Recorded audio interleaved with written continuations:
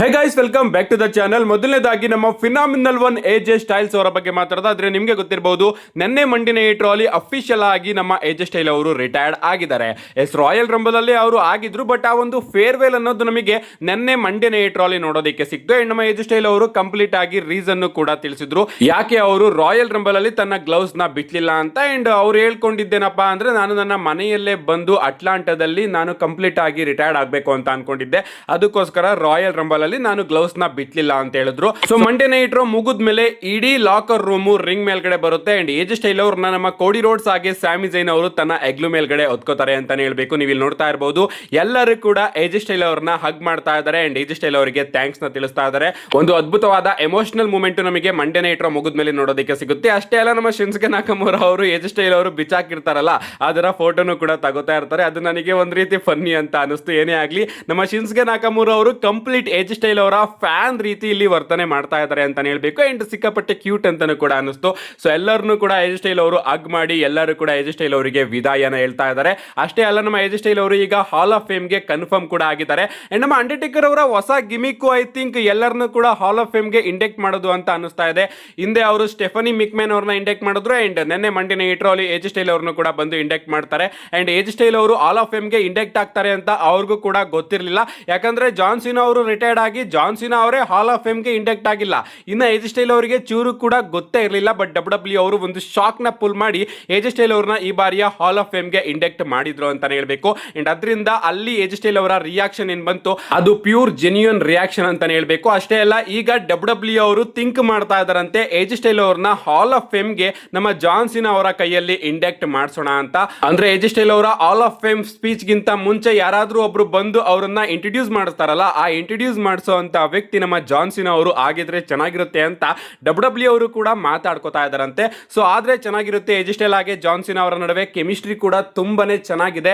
But ಅಪ್ಡೇಟ್ಗಳು ಬಂದಿಲ್ಲ. ಈಗ ಸದ್ಯಕ್ಕೆ ಅಪ್ಡೇಟ್ ಇರೋದೇನಪ್ಪಾ ಅಂದ್ರೆ, WWE ಅವರು ಕೂಡ ಥಿಂಕ್ ಮಾಡ್ತಾ ಇದ್ದಾರೆ AJ ಸ್ಟೈಲ್ ಅವ್ರನ್ನ ಇಂಡೆಕ್ಟ್ ಮಾಡಿಸೋದಕ್ಕೆ ಜಾನ್ ಸಿನಾ ಅವ್ರನ್ನ ಕರ್ಸೋಣ ಹಾಲ್ ಆಫ್ ಫೇಮ್ ಗೆ ಅಂತ. ಲಿಟರಲಿ ಒಂದು ಅದ್ಭುತವಾದ ಮೂಮೆಂಟ್ ನಮಗೆ ಮತ್ತೊಮ್ಮೆ ನೋಡೋದಕ್ಕೆ ಸಿಕ್ಕಂಗಾಗುತ್ತೆ ಈ ರೀತಿ ಏನಾದ್ರೂ ಆದ್ರೆ. ಅಷ್ಟೇ ಅಲ್ಲ, ರೀಸೆಂಟ್ ಆಗಿ ಮಂಡೇ ನೈಟ್ ರಾ ಮುಗಿದ್ಮೇಲೆ ರಾ ಟಾಲ್ಕ್ ಅಲ್ಲೂ ಕೂಡ ನಮ್ಮ AJ ಸ್ಟೈಲ್ ಅವರ ಎಂಟ್ರಿ ನಮಗೆ ನೋಡೋದಕ್ಕೆ ಸಿಗುತ್ತೆ. ಅಂಡ್ ಅಲ್ಲಿ ಅವರ ಬಳಿ ಪ್ರಶ್ನೆ ಕೇಳಲಾಗುತ್ತೆ, ನೀವ್ ಯಾಕೆ ರಾಯಲ್ ರಂಬಲ್ ಅಲ್ಲಿ ರಿಟೈರ್ಡ್ ಆದ್ರಿ, ರಸಲ್ ಮೀನಿಯಾದಲ್ಲಿ ಯಾಕೆ ರಿಟೈರ್ಡ್ ಆಗ್ಲಿಲ್ಲ ಅಂತ ನಮ್ಮ AJ ಸ್ಟೈಲ್ ಅವರ ಬಳಿ ಪ್ರಶ್ನೆ ಕೇಳಲಾದಾಗ ನಮ್ಮ AJ ಸ್ಟೈಲ್ ಅವರು ಹೇಳ್ತಾರೆ, ಹಾನೆಸ್ಟ್ ಆಗಿ ಹೇಳ್ತೀನಿ, ನಾನು ನಿಜವಾಗ್ಲೂ ರಾಯಲ್ ರಂಬಲ್ ಒಂದು ಅದ್ಭುತವಾದ ಪ್ರೀಮಿಯಂ ಲೈವ್ ಇವೆಂಟ್, ಅಷ್ಟೇ ಪ್ರೆಸ್ಟೀಜಿಯಸ್ ಪ್ರೀಮಿಯಂ ಲೈವ್ ಇವೆಂಟ್ ಆಗಿತ್ತು. ಬಟ್ ಈಗ ಸದ್ಯಕ್ಕೆ ಅದು ತನ್ನ ಪ್ರೆಸ್ಟೀಜಿಯಸ್ ನ ಸ್ವಲ್ಪ ಕಮ್ಮಿ ಮಾಡಿಕೊಂಡು ಬಂದಿದೆ. ಅಂಡ್ ಅಷ್ಟೇ ಅಲ್ಲ, ನನ್ನ ಡೆಬ್ಯೂ ಕೂಡ WWE ಕಂಪನಿಯಲ್ಲಿ ರಾಯಲ್ ರಂಬಲ್ ಅಲ್ಲೇ ಆಗಿತ್ತು. ಅಂಡ್ ಅದಕ್ಕೋಸ್ಕರ ನಾನು ರಾಯಲ್ ರಂಬಲ್ ಅಲ್ಲೇ ನನ್ನ ಲಾಸ್ಟ್ ಮ್ಯಾಚ್ ಅಲ್ಲಿ ರೆಸಲ್ ಮಾಡೋದಕ್ಕೆ ಡಿಸೈಡ್ ಮಾಡಿದೆ ಅಂತ ನಮ್ಮ AJ ಸ್ಟೈಲ್ ಅವರು ಕ್ಲಾರಿಟಿ ಆಗಿ ಆನ್ಸರ್ ನ ಕೊಟ್ಟಿದ್ದಾರೆ. ಅಷ್ಟೇ ಅಲ್ಲ, ಅವರು ರಾ ಟಾಲ್ಕ್ ಅಲ್ಲಿ ರಸಲ್ ಮೇನಿಯಾ ಈಗ ತನ್ನ ಪ್ರೆಸ್ಟೀಜ್ ನ ಕಮ್ಮಿ ಮಾಡ್ಕೊಂಡಿದೆ, ಸ್ವಲ್ಪ ಕಳ್ಕೊಂಡಿದೆ ತನ್ನ ಗೌರವನ ಅಂತ ಕ್ಲಿಯರ್ ಆಗಿ ಹೇಳಿದ್ದಾರೆ. ಅಂಡ್ ಇದರಿಂದ ನಮ್ಮ ಟ್ರಿಪಲ್ ಎಚ್ ಅವರು ಕಲ್ಕೋಬೇಕು. ಯಾಕಂದ್ರೆ ತನ್ನ ಸೂಪರ್ ಸ್ಟಾರ್ಸ್ ಗಳೇ ರಸಲ್ ಮೇನಿಯಾ ಬಗ್ಗೆ ಈ ರೀತಿ ಸ್ಟೇಟ್ಮೆಂಟ್ ನ ಕೊಟ್ಟಿದ್ದಾರೆ. Literally guys, grandest stage of them all, the biggest marvellous ಅಂತ ಕರೀತಾ ಇದ್ರು ರಸಲ್ ಮೀನಿಯಾನ. ಬಟ್ ಈಗ ಅದು 100% ತನ್ನ ಗೌರವನ ಕಳ್ಕೊತಾ ಹೋಗ್ತಾ ಇದೆ. ಅದು ಕೂಡ ರಸಲ್ ಮೀನಿಯಾ 41 ಇಂದ ರಸಲ್ ಮೀನಿಯಾ ಡೌನ್ ಫಾಲ್ ಶುರು ಆಗಿದೆ. ಅಂಡ್ 42 ಅಲ್ಲೂ ಕೂಡ ಅದು ಡೌನ್ ಆಗೇನೆ ಹೋಗ್ತಾ ಇದೆ. 43 ಗೆ ಜಂಪ್ ಆಗುತ್ತೋ ಇಲ್ವೋ ಅಂತ ಕಾದ್ ನೋಡ್ಬೇಕು. ಸೊ WWE ಅವರು 100% ರಸಲ್ ಮೀನಿಯಾಗೋಸ್ಕರನಾದ್ರೂ ಏನಾದ್ರೂ ಕ್ರಿಯೇಟಿವ್ ಆಗಿ ಪ್ಲಾನ್ ಮಾಡಲೇಬೇಕು. ಅಥವಾ ನಾವು ಇಷ್ಟು ವರ್ಷ ರಸಲ್ ಮೀನಿಯಾನ ಮೈನ್ WWE ಶೋ ಅಂತ ಏನು ಕರ್ಕೊಂಡು ಬರ್ತಾ ಇದ್ವಿ, ಅದು ತನ್ನ ಪ್ರೆಸ್ಟೀಜ್ ನ ಇನ್ನೂ ಕೂಡ ಕಳ್ಕೊಳ್ಳುತ್ತೆ. ನೆಕ್ಸ್ಟ್ ಅಪ್ಡೇಟ್ ಕಡೆ ಬರೋದಾದ್ರೆ, ಇದಿರ್ತಕ್ಕಂಥದ್ದು ನಮ್ಮ ಬ್ರಾಕ್ ಲೆಸ್ನರ್ ಅವರ ಬಗ್ಗೆ. ನೆನ್ನೆ ಮಂಡೇ ನೈಟ್ ರಲ್ಲಿ WWE ಅವರು ಅಫಿಷಿಯಲ್ ಆಗಿ ನಮ್ಮ ಬ್ರಾಕ್ ಲೆಸ್ನರ್ ಅವರ ಶೆಡ್ಯೂಲ್ ನ ರಿಲೀಸ್ ಮಾಡ್ತಾರೆ. ಬ್ರಾಕ್ ಲೆಸ್ನರ್ ಅವರು ಮಾರ್ಚ್ 16ನೇ ತಾರೀಕಿನ ಮಂಡೇ ನೈಟ್ ರೋ, ಮಾರ್ಚ್ 23ನೇ ತಾರೀಕಿನ Monday night Raw, March 30, April 6 ಹಾಗೆ ಏಪ್ರಿಲ್ 13ನೇ ತಾರೀಕಿನ ಮಂಡೇ ನೈಟ್ ರಲ್ಲಿ ನೋಡೋದಕ್ಕೆ ಸಿಗ್ತಾರೆ. ಲಿಟರಲಿ ಮಾರ್ಚ್ 16ನೇ ತಾರೀಕಿಂದ ಕಂಟಿನ್ಯೂಸ್ ಆಗಿ ಫೈನಲ್ ರಾ ಬಿಫೋರ್ ರಸಲ್ ಮೀನಿಯಾ ತನಕನೂ ಕೂಡ ನಮ್ಮ ಬ್ರಾಕ್ ಲೆಸ್ನರ್ ಅವರು ಮಂಡೇ ನೈಟ್ ರೋ ಅಲ್ಲಿ ಅಪಿಯರ್ ಆಗ್ತಾನೆ ಇರ್ತಾರೆ. ನಿಜವಾಗ್ಲೂ ಒಂದು ಒಳ್ಳೆ ರೀಸನ್ ಸಿಕ್ತು ಈಗ ಮಂಡೇ ನೈಟ್ ರಾ ನೋಡೋದಕ್ಕೆ. ಸೊ ಬ್ರಾಕ್ ಲೆಸ್ನರ್ ಅವರು ಫುಲ್ ಟೈಮ್ ಸೂಪರ್ ಸ್ಟಾರ್ ಆಗಿ ರೋಡ್ ಟು ರಸಲ್ ಮೇನಿಯಾಗೆ ಎಂಟ್ರಿನ ಕೊಡ್ತಾ ಇದ್ದಾರೆ ಅಂತಾನೆ ಹೇಳ್ಬೇಕು. ಅಷ್ಟೇ ಅಲ್ಲ, ನಮ್ಮ ಬ್ರಾಕ್ ಲೆಸ್ನರ್ ಅವರು ಮಂಡೇ ನೈಟ್ ರಾ ಅಲ್ಲಿ ಬಂದು ರಸಲ್ ಮೇನಿಯಾಗೆ ಒಂದು ಓಪನ್ ಚಾಲೆಂಜ್ ನ ಇಡ್ತಾರೆ. ಅದಂತೂ ನನಗೆ ಸಿಕ್ಕಾಪಟ್ಟೆ ವಿಚಿತ್ರ ಅನಿಸ್ತು. ಅಂಡ್ ಈಗ ಅಪ್ಡೇಟ್ ಗಳು ಬರ್ತಿರೋ ಪ್ರಕಾರ WWE ಬಳಿ ಸದ್ಯಕ್ಕೆ ಬ್ರಾಕ್ ಲೆಸ್ನರ್ ಅವರಿಗೆ ಯಾವುದೇ ರೀತಿಯ ಪ್ಲಾನ್ಸ್ ಇಲ್ವಂತೆ. ಅಂದ್ರೆ 100% ಆಗಿ ಇದೇ ಪ್ಲಾನ್ ನ ಮಾಡೋಣ ಅಂತ ಅವರು ಕೂಡ ಯಾವುದೇ ರೀತಿಯ ಪ್ಲಾನ್ ನ ಲಾಕ್ ಮಾಡಿ ಇಟ್ಕೊಂಡಿಲ್ವಂತೆ. ಸೊ ರಸಲ್ ಮೇನಿಯಾಗೆ ಇನ್ನೂ ಟೈಮ್ ಇದೆಯಲ್ಲ, ಅದಕ್ಕೋಸ್ಕರ ಸ್ವಲ್ಪ ಟೈಮ್ ಪಾಸ್ ಮಾಡೋಣ ಅಂತ ಡಬ್ಲ್ಯೂ ಅವರು ಈ ರೀತಿ ಓಪನ್ ಚಾಲೆಂಜ್ ನ ಅಫಿಷಿಯಲ್ ಆಗಿ ಅನೌನ್ಸ್ ಮಾಡಿದ್ದಾರೆ. ಸೊ ಡಬ್ಲ್ಯೂ ಅವರು ಅಪೋನೆಂಟ್ಸ್ ಗಳನ್ನ ಇಟ್ಕೊಂಡಿದ್ದಾರೆ. ಎಲೆನೈಟ್ ಆಗಿರ್ಬೋದು, ಒಬಾಫೆಮಿ ಆಗಿರ್ಬೋದು, ಗಂತರ್ ಆಗಿರ್ಬೋದು, ಇವರೆಲ್ಲರೂ ಕೂಡ ಬ್ರಾಕ್ ಲೆಸ್ನರ್ ಅವರ ಅಪೋನೆಂಟ್ ಅಂತ ಲಿಸ್ಟ್ ಅಲ್ಲಿ ಇದ್ದಾರೆ. ಬಟ್ ಯಾರನ್ನ ಫೈನಲ್ ಆಗಿ ಲಾಕ್ ಮಾಡೋಣ ಅಂತ ಇನ್ನೂ ಕೂಡ ಡಬ್ಲ್ಯೂ ಅವರು ಡಿಸೈಡ್ ಮಾಡಿಲ್ಲ. ಅದಕ್ಕೋಸ್ಕರ ಈ ರೀತಿ ಒಂದು ಓಪನ್ ಚಾಲೆಂಜ್ ನ ಡಬ್ಲ್ಯೂ ಅವರು ಮಂಡೇ ನೈಟ್ ರಾ ಅಲ್ಲಿ ತಗೊಂಡು ಬಂದಿದ್ದಾರೆ. ಏನೇ ಆಗಲಿ, ರೋಡ್ ಟು ರಸಲ್ ಮೇನಿಯಾದಲ್ಲಿ ನಮ್ಮ ಬ್ರಾಕ್ ಲೆಸ್ನರ್ ಅವರು as a full time super star ನಮಗೆ ನೋಡೋದಕ್ಕೆ ಸಿಗ್ತಾರೆ. ಬರೀ ಬ್ರಾಕ್ ಲೆಸ್ನರ್ ಅವರು ಮಾತ್ರ ಅಲ್ಲ, ನಿಮ್ಮೆಲ್ಲರಿಗೂ ಕೂಡ ಗೊತ್ತೇ ಇರಬಹುದು, ರೋಮನ್ ರೈನ್ಸ್ ಅವರು ಕೂಡ road to WrestleMania time ಅಲ್ಲಿ as a full time Monday night Raw star ಆಗಿ ನಮಗೆ ನೋಡೋದಕ್ಕೆ ಸಿಗ್ತಾರೆ. ಬ್ರಾಕ್ ಲೆಸ್ನರ್ ಹಾಗೆ ರೋಮನ್ ರೈನ್ಸ್ ಸೇಮ್ ಶೋ ಅಲ್ಲಿ ಲಿಟರಲಿ ಫುಲ್ ಟೈಮರ್ ಆಗಿ ನಾನಂತೂ ನೋಡೋದಕ್ಕೆ ಸಿಕ್ಕಾಪಟ್ಟೆ ಕಾಯ್ತಾ ಇದ್ದೀನಿ. ನೆಕ್ಸ್ಟ್ ಅಪ್ಡೇಟ್ ಕಡೆ ಬರೋದಾದ್ರೆ ಇದಿರ್ತಕ್ಕಂಥದ್ದು AI ಇಸ್ ವೆರಿ ಡೇಂಜರಸ್ ಬಗ್ಗೆ. ನೀವು ಇಲ್ಲಿ ನೋಡ್ತಾ ಇರಬಹುದು, ಬ್ರಾಕ್ ಲೆಸ್ನರ್ ಅವರ ಮಗಳು ರೀಸೆಂಟ್ ಆಗಿ ಯಾರೋ ಒಬ್ಬರನ್ನ ಡೇಟ್ ಮಾಡ್ತಾ ಇದ್ರು. ತುಂಬಾ ತಿಂಗಳುಗಳ ಹಿಂದೆ ಇವರ ಒಂದು ಫೋಟೋ ಕೂಡ ಲೀಕ್ ಆಗಿತ್ತು. ನಾನು ಕೂಡ ನಿಮಗೆ ವಿಡಿಯೋ ಮಾಡಿ ತಿಳಿಸಿದ್ದೆ. ಅಂಡ್ ಆ ಒಂದು ವಿಡಿಯೋದಲ್ಲಿ ತಿಳಿಸಿದ್ದೆ ನಾನು ನಿಮಗೆ, ಬ್ರಾಕ್ ಲೆಸ್ನರ್ ಅವರ ಮಗಳಿಗೆ ಯಾವುದೇ ರೀತಿಯ ಮೋಸ ಅಂತೂ ಆಗೋದಿಲ್ಲ ಗುರು, ಆ ಹುಡುಗ ಮೋಸ ಅಂತೂ ಮಾಡೋದಿಲ್ಲ. ಯಾಕಂದ್ರೆ ಅವನಿಗೆ ಗೊತ್ತಿರುತ್ತೆ ಇವರಪ್ಪ ಬ್ರಾಕ್ ಲೆಸ್ನರ್, ನಾನೇನಾದ್ರೂ ಇವಳಿಗೆ ಮೋಸ ಮಾಡಿದ್ರೆ ಅವನು ನನ್ನನ್ನು ಸುಮ್ಮನೆ ಬಿಡೋದಿಲ್ಲ ಅಂತ. ಅಂಡ್ AI ಅಲ್ಲಿ ಯಾವ ರೀತಿ ಫೋಟೋಸ್ ಗಳನ್ನ ಎಡಿಟ್ ಮಾಡ್ತಾ ಇದಾರೆ ನೀವು ಇಲ್ಲಿ ನೋಡ್ತಾ ಇರಬಹುದು. ಇಬ್ರು ಮದುವೆ ಆಗ್ತಾ ಇದ್ದಾರೆ, ಆಗ ನಮ್ಮ ಬ್ರಾಕ್ ಲೆಸ್ನರ್ ಅವರು ಕೋಪ ಮಾಡ್ಕೊಂಡು ಬಂದು ಅವರ ಅಳಿಯನ್ ಮೇಲೆನೆ ಅಟ್ಯಾಕ್ ಮಾಡ್ತಾ ಇದ್ದಾರೆ. ಲಿಟರಲಿ ಈ ಲೆವೆಲ್ಗೆ ಫ್ಯಾನ್ಸ್ ಗಳು AI ನ ಯೂಸ್ ಮಾಡ್ಕೊಂಡು ಫೋಟೋಸ್ ಗಳನ್ನ ಎಡಿಟ್ ಮಾಡ್ತಾ ಇದ್ದಾರೆ. ಅಂಡ್ ಇದು ನಿಜ ಅಲ್ಲ ಗೈಸ್, ಇದೆಲ್ಲದೂ ಕೂಡ ಫೇಕು AI. ಯಾಕಂದ್ರೆ ಬ್ರಾಕ್ ಲೆಸ್ನರ್ ಅವರ ಒಪ್ಪಿಗೆಯಿಂದನೇ ತನ್ನ ಮಗಳು ಈಗ ಅವನ್ನ ಲವ್ ಮಾಡ್ತಾ ಇರೋದು.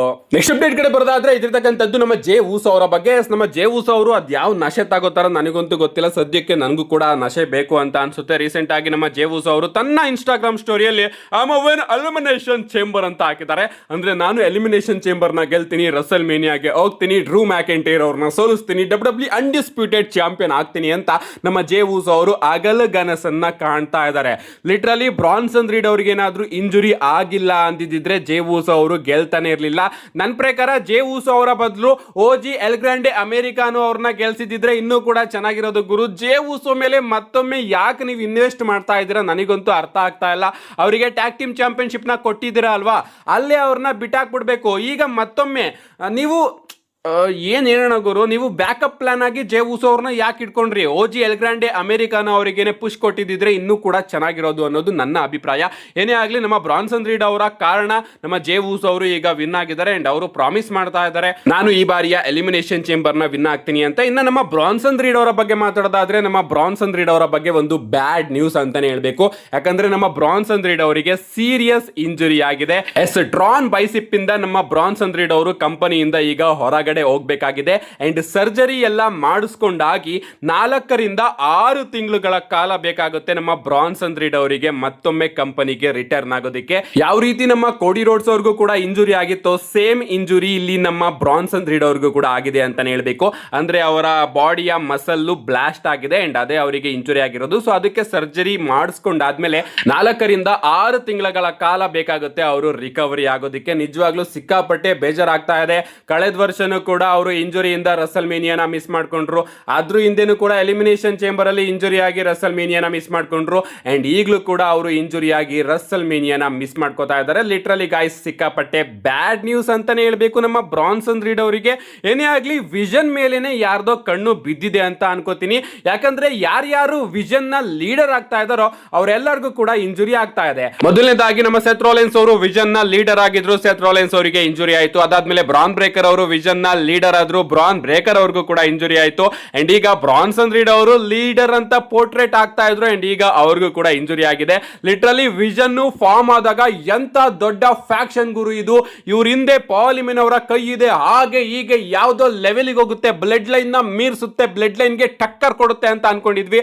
ಬಟ್ ಈಗ ವಿಷನ್ ಕಂಪ್ಲೀಟ್ ಆಗಿ ಕರ್ಸ್ ಆಗಿದೆ ಅಂತ ಫೀಲ್ ಆಗ್ತಾ ಇದೆ. 3 ಜನ ವಿಷನ್ ನ ಮೆಂಬರ್ಸ್ ಗಳು ಈಗ ಇಂಜುರಿಯಿಂದ ಹೊರಗಡೆ ಉಳಿದಿದ್ದಾರೆ. ಅಂಡ್ ಈಗ ವಿಷನ್ ನಲ್ಲಿ ಉಳಿದಿರೋದು ನಮ್ಮ ಪಾಲ್ ಹಿಮನ್, ಆಸ್ಟಿನ್ ಥಿಯರಿ ಹಾಗೆ ಲೋಗನ್ ಪಾಲ್. ಇದನ್ನ ನಾವು ಏನಂತ ಕರಿಬೇಕು, ವಿಷನ್ ಅಂತ ಕರಿಬೇಕು ಅಥವಾ ಪಾಯ್ಸನ್ ಅಂತ ಕರಿಬೇಕು, ನನಗಂತೂ ಅರ್ಥ ಆಗ್ತಾ ಇಲ್ಲ. ನಿಮ್ಮ ಅನಿಸಿಕೆ ಏನು ಇದ್ರ ಬಗ್ಗೆ? ನಿಮ್ಮ ಅನಿಸಿಕೆನ ಕಮೆಂಟ್ ಮಾಡಿ. Feel bad for Branson read. ನಿಜವಾಗ್ಲೂ ಕೂಡ ಬೇಜಾರಾಗ್ತಾ ಇದೆ ಆ ವ್ಯಕ್ತಿನ ನೋಡಿದ್ರೆ. ಆದಷ್ಟು ಬೇಗ ರಿಕವರಿ ಆಗಿ ಮತ್ತೊಮ್ಮೆ ಬರ್ಲಿ ಅಂತ ಕೇಳ್ಕೊತಾ, see you guys in my next video.